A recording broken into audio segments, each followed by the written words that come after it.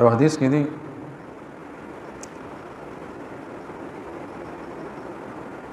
چې سعد بن ابي وقاص له نبی عليه السلام ته پوښتنه وکړه چې د الله حبيب تاسو ما د پاره دعا وکړي چې مستجاب الدعوات وګرځم.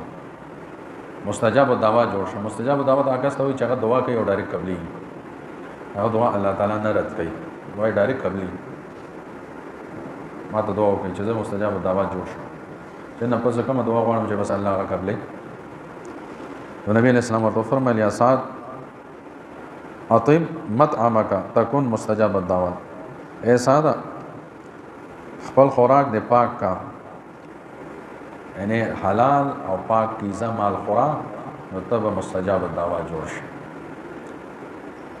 مستجاب الدعوات به جوړ شي، حلال او پاک کیزه مال خوراک.